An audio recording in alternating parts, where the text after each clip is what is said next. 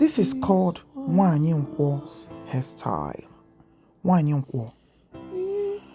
I will tell you the story of Nwanyinwo as I pack my hair to show you how she used to pack her hair those days. Nwanyinwo was a very, very beautiful, strong woman during her time. She was so beautiful and very strong. She beat 5 men at the same time, and she ruled the lion like a horse before killing the lion. She was the second daughter of her father, and she loved her elder sister so much. Her father called her a man inside the body of a woman because he had no son. He called Nwanyinwo his son. When others were presenting their sons, her father presented her as a son. Some people laughed at her father and made mockery of him. They told him that when he dies, there will be no one to represent him because he had no son. And by then, all his daughters must have gotten married and moved into their husbands' houses. So when Nwanyinwo overheard people saying all this to the father, she got angry. She fought them. Sometimes she beat them up. And then she told her parents that she wouldn't be getting married because she would love to stay and protect them. But the father wanted her to get married. One day, the king announced that his only son would be choosing a wife during the maiden ceremony. All the maidens were wishing to be chosen by the prince. Every parents were wishing that their daughters would be selected. They spent all their life savings buying expensive accessories for their daughters. The major criterion for selection were strength and beauty. A strong woman those days were believed to be a helper to the husband and would be able to give birth to many children. And a beautiful woman would be presentable. So while the parents of the beautiful maidens were getting their daughters prepared, Nwanyinwo's parents were also buying things and getting their daughters, Nwanyinwo and her elder sister, prepared for the maiden ceremony. But Nwanyinwo told her parents that she wanted to stay with them forever. She didn't want to get married. She wanted to stay with them to protect her parents and her elder sister because her sister was not as strong as she was. But her parents wanted her to get married and to have her own family. They didn't have a son, but at the same time, they didn't want to be selfish. On the day that the prince would choose a wife, Nwanyinwo refused to attend the maiden ceremony.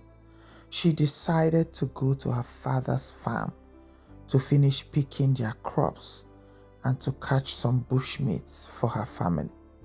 All the villagers were gathered at the palace. The strong, beautiful maidens were all dressed beautifully, looking radiant in their traditional outfits. Nwanyinwo promised her father that she was going to be there at the palace. But when everyone left the house, she headed to the farm.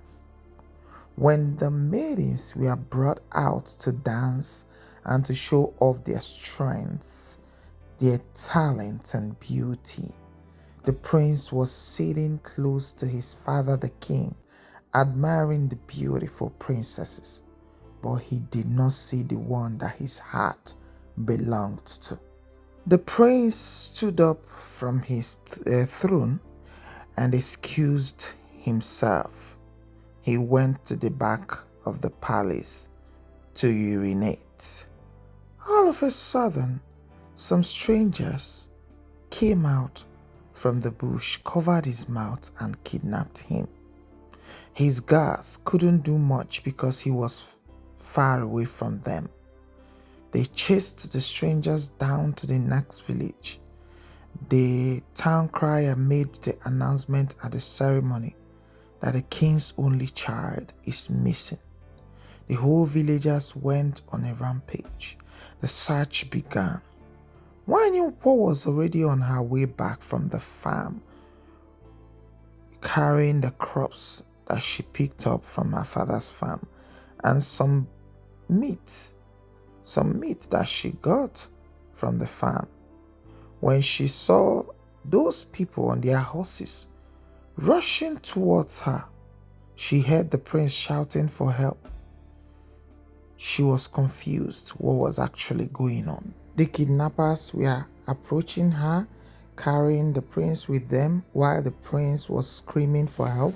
As those kidnappers were approaching her with their horses, Wanyinkwo threw a rope at their horses and tied them up. They fell to the ground and she fought them like a tigress.